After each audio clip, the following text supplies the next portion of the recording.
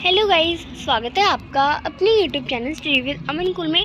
तो आज की इस वीडियो में हम क्लास 10 की आपका जो सिलेबस है वो देखेंगे, जो कि 2024-25 सेशन के स्टूडेंट के लिए विज्ञान का आपका सिलेबस है, साइंस का हिंदी मीडियम में।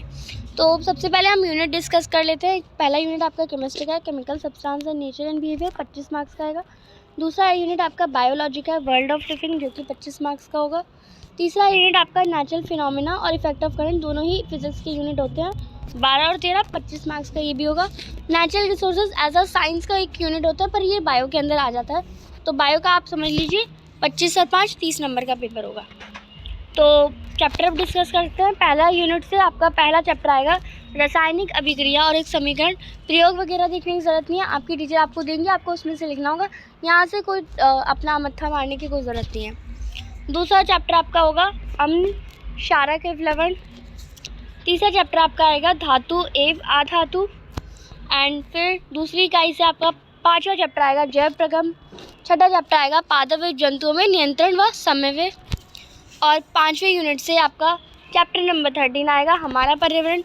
थर्ड यूनिट से आपका आएगा चैप्टर नंबर 9 प्रकाश परावर्तन और अपवर्तन। चैप्टर नंबर 10 आएगा मानव नेत्र तथा रंग बिरंगा संसार। और यहाँ तक का सिलेबस आपका 13 सितंबर 2024 तक पूरा करा दिया जाएगा। फिर आपकी मध्यावधि परीक्षा होंगी, यानी मिड टर्म का एग्ज़ाम होगा। फिर आपका मिड टर्म का एग्ज़ाम होगा, पेपर चेक होगी, सब कुछ आपको मार्क्स वगैरह बता देंगे।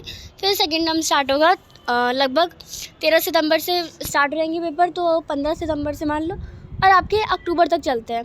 तो अक्टूबर से आपका नया टर्म स्टार्ट हो जाएगा, सेकेंड टर्म, जिसमें आपको चैप्टर नंबर 4 पहली इकाई से पढ़ना है कार्बन और विक्स के यौगिक।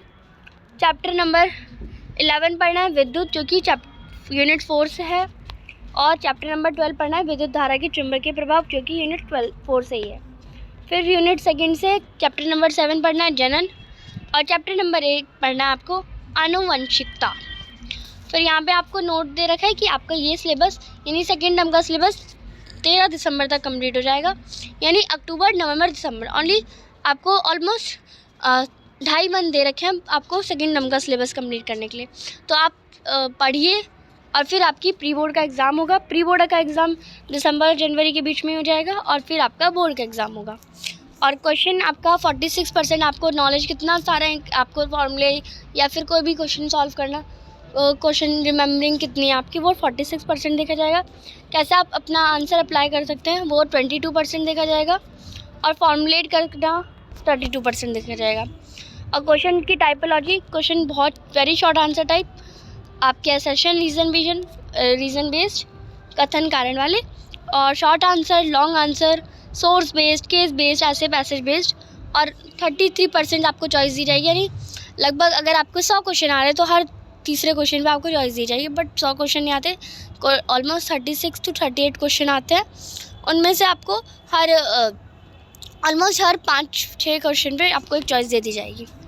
और पीरियोडिक टेस्ट आपका 20 नंबर का होता है। एक आपका पीटी होता है जो कि 20 नंबर का होता है। एक आपका हाफ ईयरली होता है जो कि 80 नंबर का होता है। और एक आपका PT2 होता है जो कि 20 नंबर का होता है। तो इस 20 को 5 में कन्वर्ट कराता है, फिर इस 80 को 20 में कन्वर्ट करा जाता है, और 20 को 5 में कन्वर्ट करा जाता है, और इस 20 को भी 5 में कन्वर्ट करा जाता है।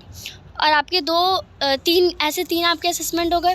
और इन तीनों में से 5 में से जिसमें सबसे ज़्यादा होते हैं वो लगते हैं 2 के मार्क्स, यानी यहाँ पे 5 + 5 आपको दिखा रखा है ना, कि नहीं 3 में से 2 के बेस्ट लगेंगे।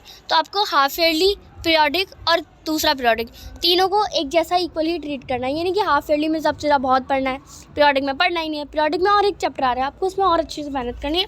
एक चैप्टर को रट लो, पीरियोडिक 2 में एक चैप्टर को रट लो। हाफ ईयरली थोड़ा बुरा भी जा रहा है तो कोई दिक्कत नहीं है, कि आपने पीरियोडिक टेस्ट तो अच्छे से दिया है, पर हाफ ईयरली को भी अच्छे से करो। वहाँ पे नंबर कन्वर्जन से आपको 5 में से 5 आसानी से मिल जाते हैं। जैसे लाइक 80 में से अगर आप 70 भी ले आएंगे तो 5 में से 5 मिल गए आपको। और प्रैक्टिकल वर्क 5 नंबर का होगा, पोर्टफोलियो 5 नंबर का होगा। तो ये आपका बनाना होगा। आई होप आपको अच्छे से समझ आ गया हो। चैनल को अभी तक सब्सक्राइब नहीं किया तो प्लीज़ सब्सक्राइब ज़रूर करें।